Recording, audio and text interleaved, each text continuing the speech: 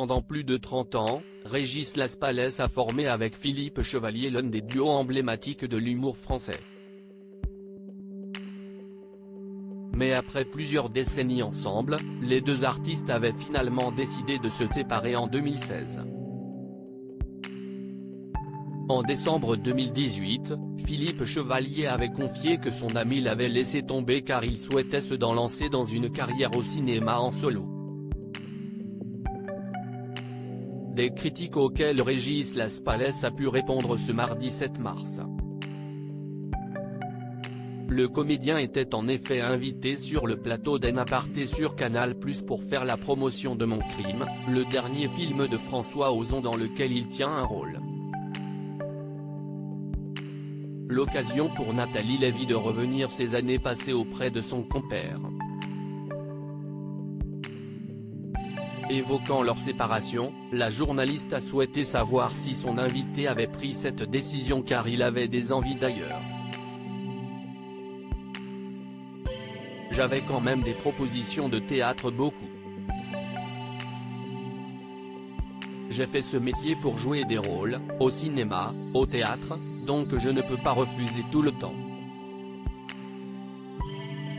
Donc il faut y aller quand même, a confié Régis Laspalès, précisant qu'il avait eu le sentiment qu'il n'avait plus rien à offrir avec Philippe Chevalier, on l'a beaucoup fait notre duo.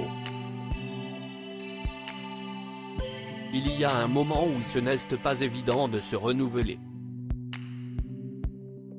On risque de tourner en rond, ce qui n'est pas une démarche artistique, je pense. Je pense qu'un artiste doit rebondir tout le temps. Pourquoi Régis Laspalès est difficile à joindre? En octobre 2021, Philippe Chevalier était invité sur le plateau de Jordan Deluxe.